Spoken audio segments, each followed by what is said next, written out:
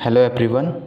तो आज एसएससी का टीयर 3 का एग्ज़ाम फाइनली कंप्लीट हो गया है और इसका हम देखेंगे कि आज मतलब किस तरीके का पेपर आया था। तो आज कुछ कुछ मतलब चेंजेस देखने को मिला है। जो नॉर्मल ईयर में पिछले 3 साल से पूछा जा रहा था उस तरीके का पेपर नहीं देखने को मिला है और मतलब काफ़ी चेंजेस देखने को मिला है। तो इसमें हुआ क्या है कि हर बार एक एस्से आता था और एक लेटर आता था, लेकिन इस बार क्या हुआ है कि एक एस्से आया है और लेटर के जगह प्रेसी आया है।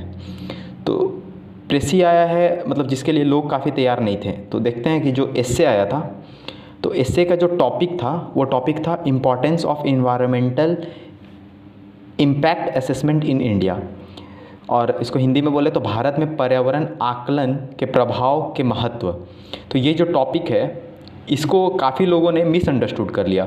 मिसअंडरस्टूड इस सेंस में कर लिया कि इसमें जनरली लोग क्या लिख के आए हैं कि इन्वायरमेंटल पॉल्यूशन क्या होता है, इस सब चीज़ों को मतलब लिख के आ गए हैं, ग्लोबल वार्मिंग वगैरह वो सब लिख के आ गए। बट एक्चुअली में ये जो टॉपिक है वो एक मतलब यूपीएससी लेवल का टॉपिक है। जनरली लोग जो इन्वायरमेंट यूपीएससी में पढ़ते हैं वो लोग को पढ़ाया जाता है। तो काफ़ी लोग मतलब इसमें इररिलेवेंट लिख के आ गए हैं, और कुछ लोग हैं जो यूपीएससी वगैरह का प्रिपरेशन कर रहे थे वो लोग मतलब सही लिख के आए हैं। बट जो लोग इररिलेवेंट मतलब कि टॉपिक से काफ़ी डाइवर्टेड मतलब बीटिंग अराउंड द बुश जो होता है ना, मतलब उस तरीके के लिख के आए हुए हैं। तो अब इस केस में क्या होगा, अब एसएससी कैसा मार्क्स देगा इसके ऊपर ये कहना काफ़ी मुश्किल है, क्योंकि ये जो मार्क्स देते हैं वो ना वो काफ़ी मतलब एग्जामिनर के मूड पे डिपेंड करता है। क्योंकि सीएचएसएल में एक बार टॉपिक आया था कि पॉपुलेशन कंट्रोल पे आया था, तो एक लड़का था वो पॉल्यूशन कंट्रोल पे लिख दिया था और फिर भी उसको 62 मार्क्स मिल गए थे। तो उसको जब 62 मार्क्स मिल गए थे तो ये कह पाना काफ़ी मुश्किल है कि मतलब अगर इररिलेवेंट लिख के आए हैं तो भी मतलब मार्क्स कट जाएंगे, ऐसा करना कहना मतलब कुछ कह नहीं सकते अभी। तो होप करते हैं कि सबको मतलब ढंग के ही मार्क्स दे देंगे। और जो प्रेसी था, अच्छा हाँ, कुछ कुछ और भी चीज़ है कि जैसे जो पेज था जो जनरली हर साल लास्ट ईयर जो पेज मिलता था उसमें जो नंबर ऑफ़ रोज़ होते थे, वो इस बार बढ़ा दिए थे हर पेज में। तो बहुत लोग थे कि जब 6 पेज मिलता था तो छठा पेज का मतलब ऐसा बना लिए थे कि यहाँ पे आकर अगर कंप्लीट हो जाएगा तो मेरा वर्ड लिमिट पूरा हो जाएगा। बट एक्चुअली इस बार क्या हुआ कि वहाँ पे उनके वर्ड लिमिट एक्सीड कर गए, उतना पहुँचते पहुँचते शायद 3 या 4 रोज़ ज़्यादा थे। तो मतलब लगभग 16 वर्ड हर पेज में ज़्यादा हो गया था, तो मतलब 24 वर्ड। तो बहुत लोगों के 300 वर्ड मतलब ये कर गए हैं, क्रॉस कर गए हैं। तो इससे पता नहीं अब क्या इम्पैक्ट होगा, क्या होने वाला है, ये तो कुछ कह नहीं सकते। बट शायद थोड़ा बहुत तो फ़र्क पड़ेगा।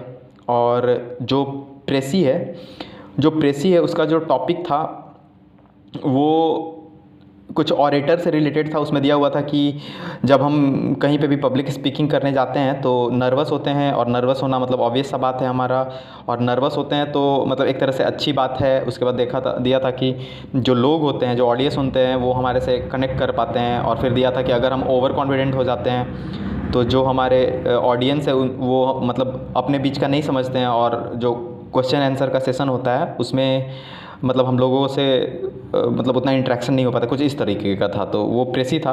और प्रेसी में प्रॉब्लम क्या हुआ है कि उसमें टॉपिक में मतलब हेडिंग लिखना था। तो हेडिंग लिखना था और बहुत लोग थे ना वो हेडिंग लिखे ही नहीं।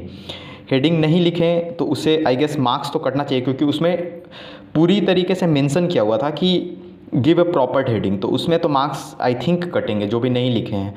और बाकी कुछ लोग वर्ड लिमिट भी एक्सीड कर गए हैं, क्योंकि टोटल 250 वर्ड का था, 260 वर्ड का था, और हिंदी में उसको 100 वर्ड में लिखना था, और इंग्लिश में उसको 90 वर्ड के अराउंड में लिखना था।